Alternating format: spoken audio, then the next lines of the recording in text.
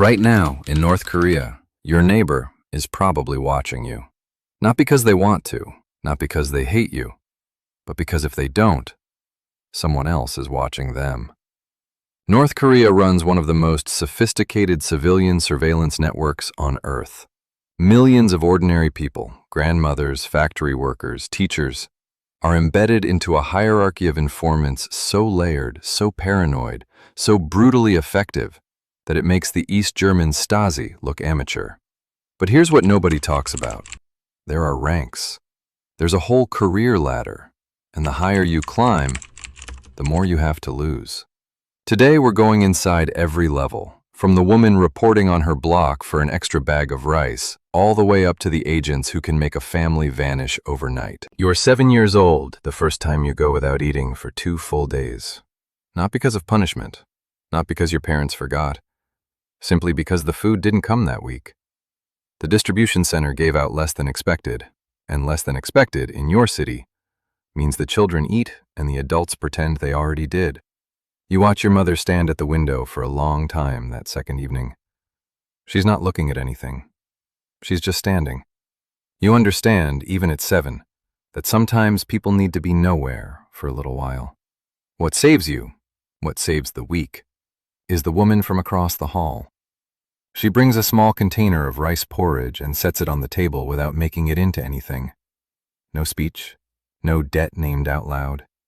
She just nods once at your mother and leaves. Your family eats. Your parents say nothing about it at dinner, and you learn then that some kindnesses in this country are safest when they stay invisible. You don't know yet what the woman does for a living. You won't understand it for years. What you know is that she always seems to have slightly more than everyone around her, that officials greet her differently in the hallway, that people adjust their posture when she walks past, the way plants lean toward a window, not always toward warmth, sometimes just toward the thing that holds the most power in the room. By 9, you are good at school, in the way that certain children become good at things they have no choice about. You memorize quickly, you repeat accurately.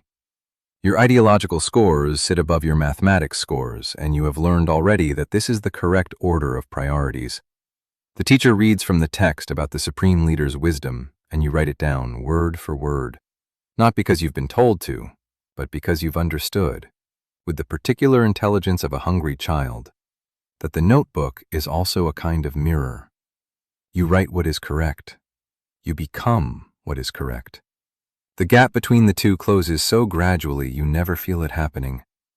At 13, your school holds its first criticism session of the year. You stand. You confess that you have not studied the party texts with sufficient devotion. You sit. The boy next to you stands and says the same thing with different words. The girl in the 3rd row weeps slightly, which everyone agrees demonstrates appropriate ideological sensitivity. The teacher writes everything in a ledger you are never allowed to see. Afterward, walking home, you pass a group of older boys trading something small and flat between them. A disc. Foreign. South Korean characters printed on the label. You look away before anyone notices you looking. You already know, without being told, that looking is the first step toward becoming part of something you can't report your way out of. That night, you think about the woman across the hall. You think about why she always has more. You think about the ledger. You don't mention any of this to your parents. Some things you carry alone not because you are secretive, but because you already understand that certain thoughts are safest when they stay inside only one skull. You're 16 when the opportunity presents itself. A classmate, call him Myung-soo because that isn't his name, finds you after school and pulls you into a corridor that smells like coal dust and rust. He has something to show you. His eyes are bright with the specific recklessness of a boy who has never been properly frightened. It's a radio, small enough to fit inside a winter coat, tuned, when he clicks it on, to something coming from the south. The voices are different, not in language, in texture. They speak about ordinary things. Traffic, a politician who embarrassed himself, a singer who released a new album that people are apparently arguing about. The smallness of it strikes you before anything else does. These people have the luxury of arguing about songs. You listen for 4 minutes. Then you tell Myung-soo you have to get home. For 3 days, you are two people. The version of yourself who has always known what the correct path looks like, and the version who sat in a dusty corridor and heard voices talking about traffic like it was the most normal thing in the world. On the 4th day, you go to the neighborhood leader. She's older than you expected up close. There are lines on her face that suggest a lifetime of carrying things that were never hers to carry. She listens to everything you say without interrupting. When you finish, she is quiet for a moment in a way that feels like calculation rather than thought. Then she tells you that you have done something valuable today. That loyalty expressed through action is the kind the party remembers. That there is a path in this country, narrow, difficult, requiring absolute precision, but real, available to those who demonstrate the right qualities at the right moments. You walk home understanding something for the first time, that you have just exchanged a classmate for a possibility. You tell yourself he'll be corrected and returned, that what you did was ultimately a form of care. The vocabulary of sacrifice is very sophisticated in this country. You've been learning it since you were old enough to hold a rag and clean a portrait frame. Myung-soo doesn't come back to school. You receive a commendation in your file that you are not shown but are told about, which you understand is its own specific kind of power. The thing that matters exists in a record somewhere you cannot see. You will spend the next decade performing for that record. By your mid-20s, you have become someone who is very good at appearing unremarkable. You work in a municipal office, papers, stamps, coordination of small administrative logistics that make a city function below the threshold of importance. You come in early. You stay late in a way that reads as dedication rather than desperation. Your supervisor notes your reliability with the enthusiasm of someone noting the consistency of a machine part. What your supervisor doesn't know is that you have been filing secondary reports for 3 years. Not to him. To the contact who found you 6 months after the radio incident. Same practical shoes, different face, same economy of expression. These are the people you have come to understand who move through society like water moves through soil. No announcement, no visibility, just presence and the slow transformation of what surrounds them. Your reports are precise. A colleague who receives phone calls he doesn't mention. A supervisor in a different department who twice used the wrong honorific when referencing the supreme leader. Not out of malice, probably, but probably isn't a category that exists in the ledger. A woman at the distribution center who gives slightly larger portions to the people who arrive on Thursdays, which suggests a network of some kind, small and local. But networks have a habit of being larger underground than they appear at the surface. The contact tells you the ministry has noticed your quality. You understand without being told that quality here means something specific. It means you understand proportion. You don't report everything, which would be useless. You report the right things, which is a skill that cannot be taught, only cultivated in someone who was born with a particular kind of attention. The attention of someone who spent a childhood reading faces for the information they were trying not to give away. You are reassigned. New office, no title change, but different work. You are now attending to specific people rather than general observation. There is a factory manager who has been living at a standard inconsistent with his salary. There is a teacher at the Polytechnic who has had 3 conversations with foreign adjacent contacts in 18 months.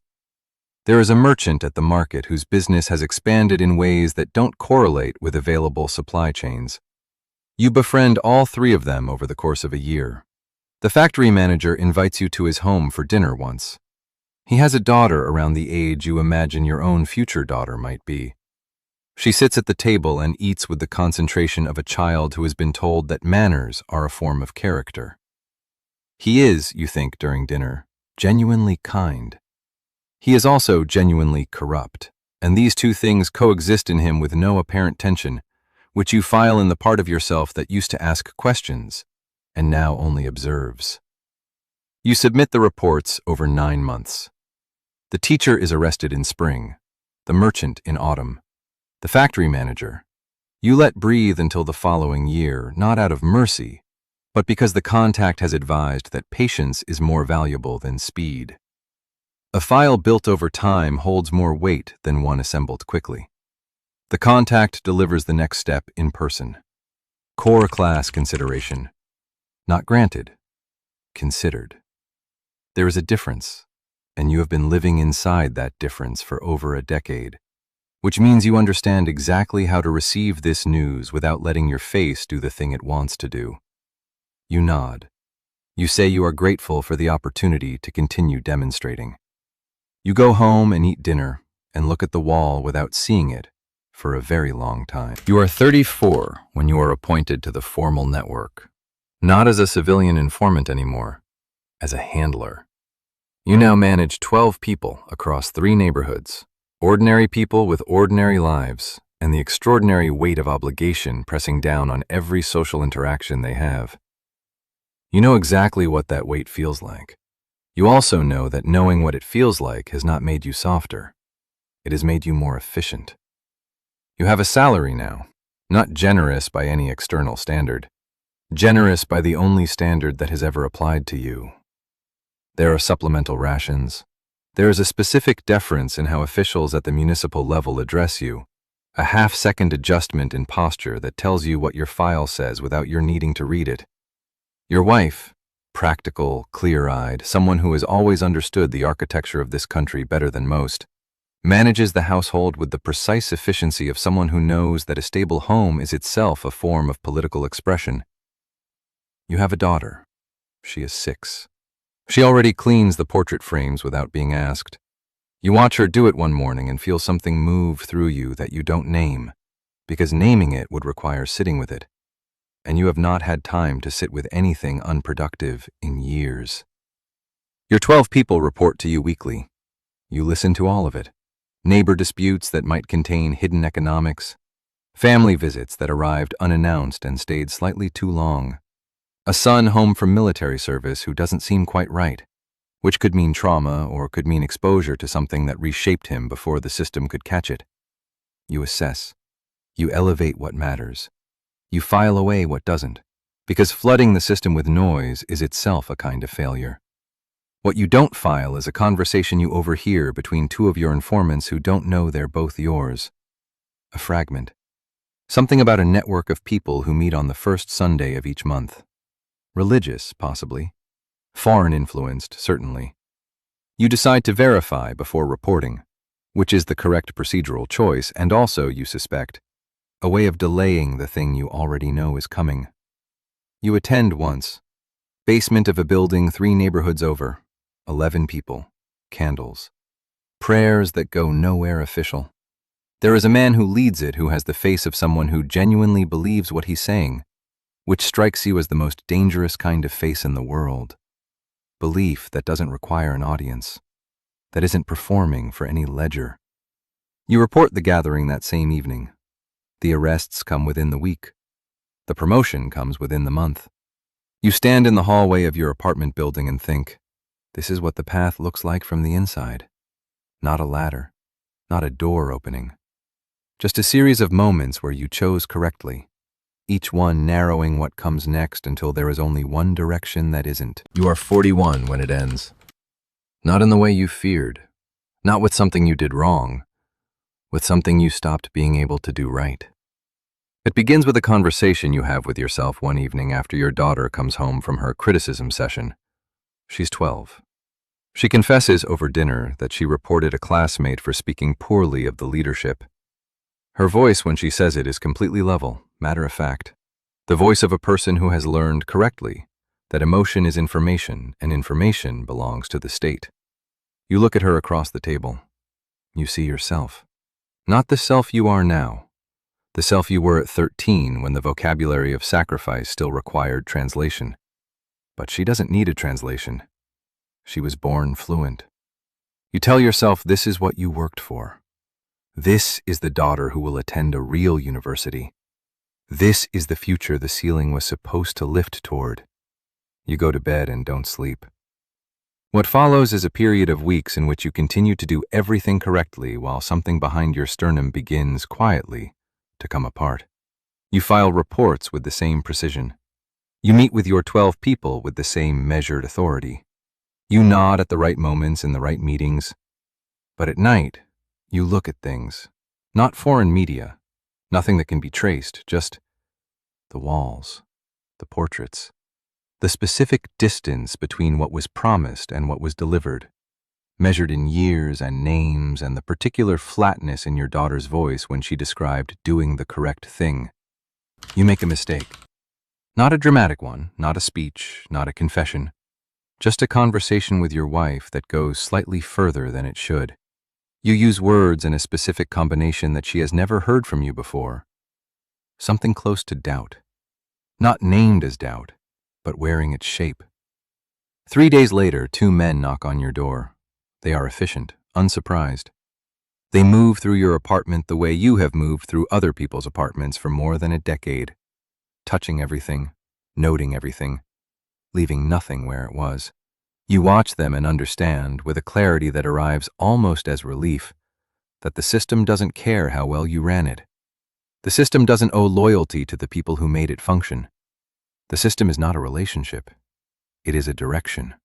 And the moment you stopped moving in that direction with your entire body, your entire voice, your entire interior life, the direction remained. Only you stopped. The men take you past the doors you spent years listening at, past the windows you spent years watching, past the faces of people who look at the ground now that you're the one being walked through. Nobody meets your eyes, not because they hate you, because they know that seeing you clearly in this moment is the kind of thing that ends up in a report. And so you pass through the neighborhood like a lesson, which is, in the end, exactly what you were always meant to be. Your daughter grows up in the hostel class. She cleans the portraits with a ferocity that borders on devotion. She confesses at her weekly sessions with a sincerity that impresses her teachers. She will spend her entire life trying to return to the place she was born into before you fell. She will report several people along the way. She will tell herself, as you told yourself, that she understands the cost and has decided it's worth it. And the country, which has been telling that story for 70 years, will let her believe it until it doesn't.